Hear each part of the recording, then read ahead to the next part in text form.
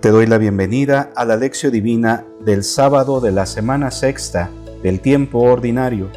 En el nombre del Padre, y del Hijo, y del Espíritu Santo. Amén. Al celebrar la gloriosa memoria de la Santísima Virgen María, te pedimos, Señor, por su intercesión, que también nosotros logremos recibir la plenitud de tu gracia. Por nuestro Señor Jesucristo, tu Hijo, que vive y reina contigo en la unidad del Espíritu Santo y es Dios por los siglos de los siglos.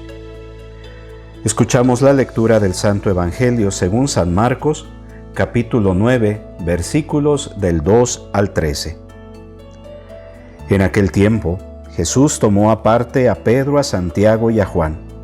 Subió con ellos a un monte alto y se transfiguró en su presencia. Sus vestiduras se pusieron esplendorosamente blancas, con una blancura que nadie puede lograr sobre la tierra.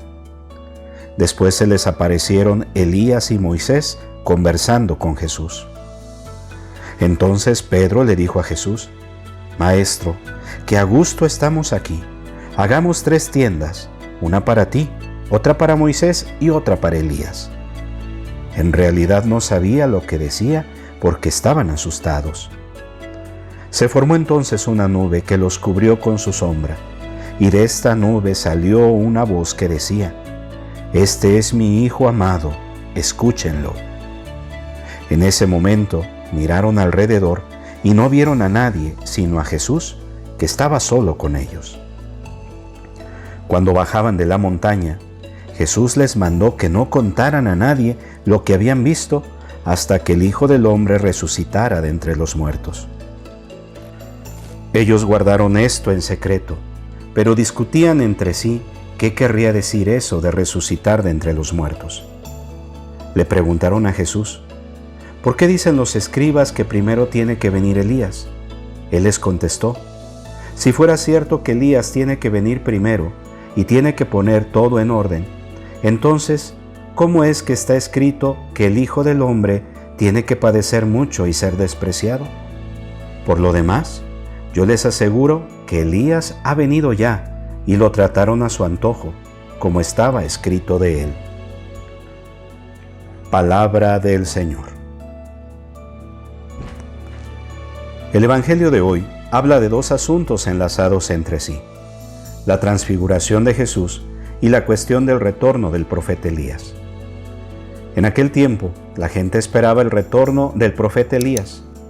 Hoy mucha gente vive esperando el retorno de Jesús y escribe sobre los muros de la ciudad: «Jesús volverá». Ellos no se dan cuenta de que Jesús ya volvió y está presente en el corazón de nuestra vida. De vez en cuando, como en un relámpago que llega de improviso, esta presencia irrumpe y se ilumina, transfigurando nuestra vida. La transfiguración de Jesús acontece después del primer anuncio de la muerte. Este anuncio había trastornado la cabeza de los discípulos, sobre todo la de Pedro.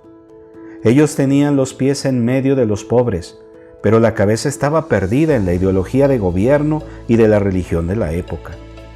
La cruz era un impedimento para creer en Jesús. La transfiguración de Jesús ayudará a los discípulos a superar el trauma de la cruz. En los años 70, cuando Marcos escribe, la cruz continuaba siendo un gran impedimento para que los judíos aceptaran a Jesús como Mesías. La cruz es un escándalo, así decían. Uno de los mayores esfuerzos de los primeros cristianos consistía en ayudar a las personas a percibir que la cruz no era ni escándalo ni locura, pero sí expresión del poder y de la sabiduría de Dios. Marcos da su aporte a este esfuerzo. Él usa textos y figuras del Antiguo Testamento para describir la transfiguración.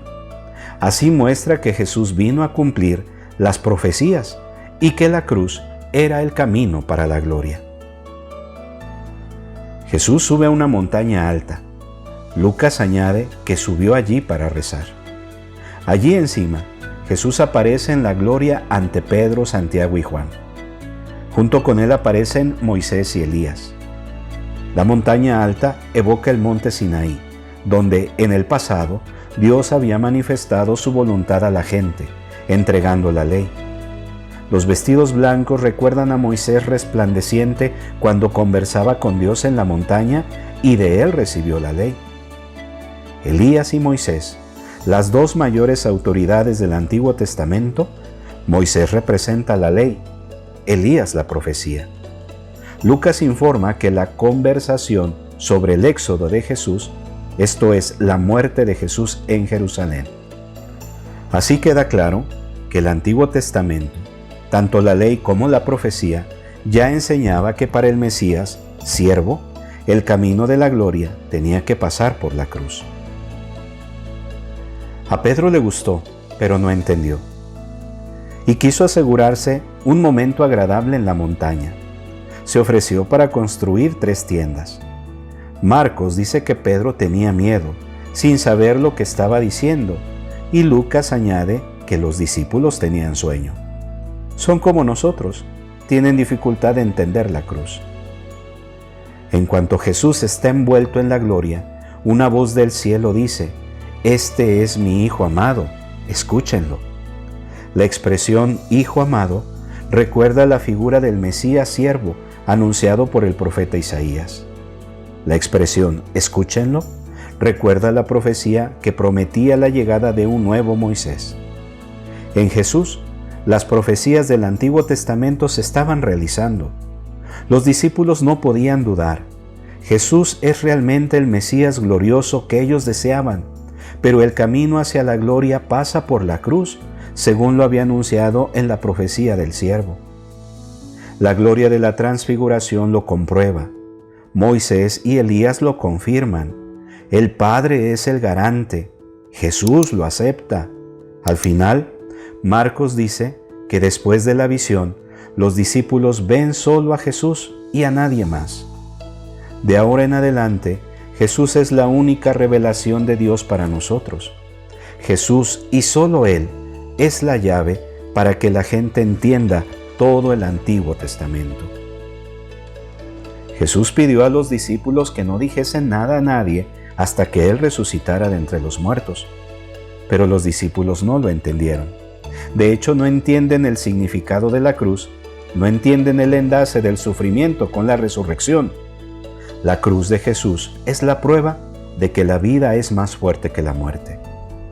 Los cristianos, con frecuencia, coqueteamos religiosamente poniendo en el mismo nivel de Jesús a otros personajes, santos o santas. Marcos muy tempranamente percibió este riesgo en sus comunidades y quizás entre otras cosas para eso relató la transfiguración. Aquí, uniendo expresamente este episodio con los textos discipulares previos, menciona a Elías y a Moisés, personajes muy importantes para los primeros cristianos, sobre todo para quienes provenían del judaísmo.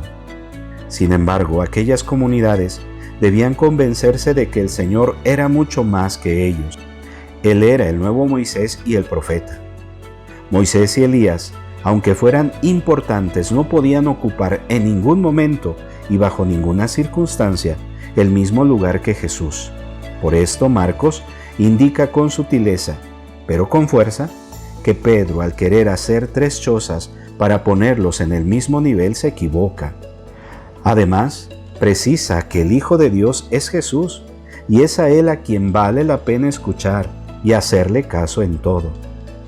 Por último, para cerrar con broche de oro, dice que una vez que se manifiesta Jesús, los discípulos que lo acompañan no vieron a nadie más en el lugar, ni siquiera a su lado más que a Jesús. El profeta Malaquías había anunciado que Elías tenía que volver para preparar el camino del Mesías. El mismo anuncio está en el libro del Eclesiástico.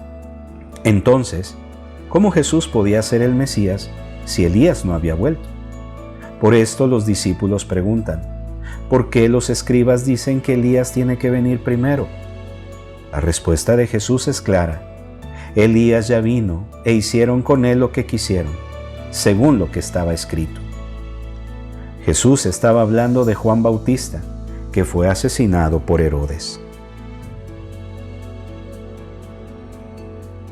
Ahora reflexionemos. Tu fe en Jesús. ¿Hubo algún momento de transfiguración y de intensa alegría? Estos momentos de alegría, ¿cómo te han dado fuerza en las dificultades?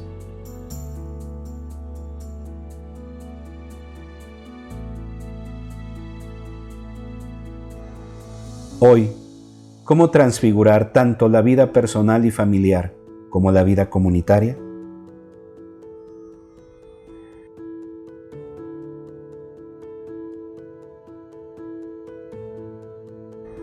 ¿En qué nos hace reflexionar esto y a qué nos compromete?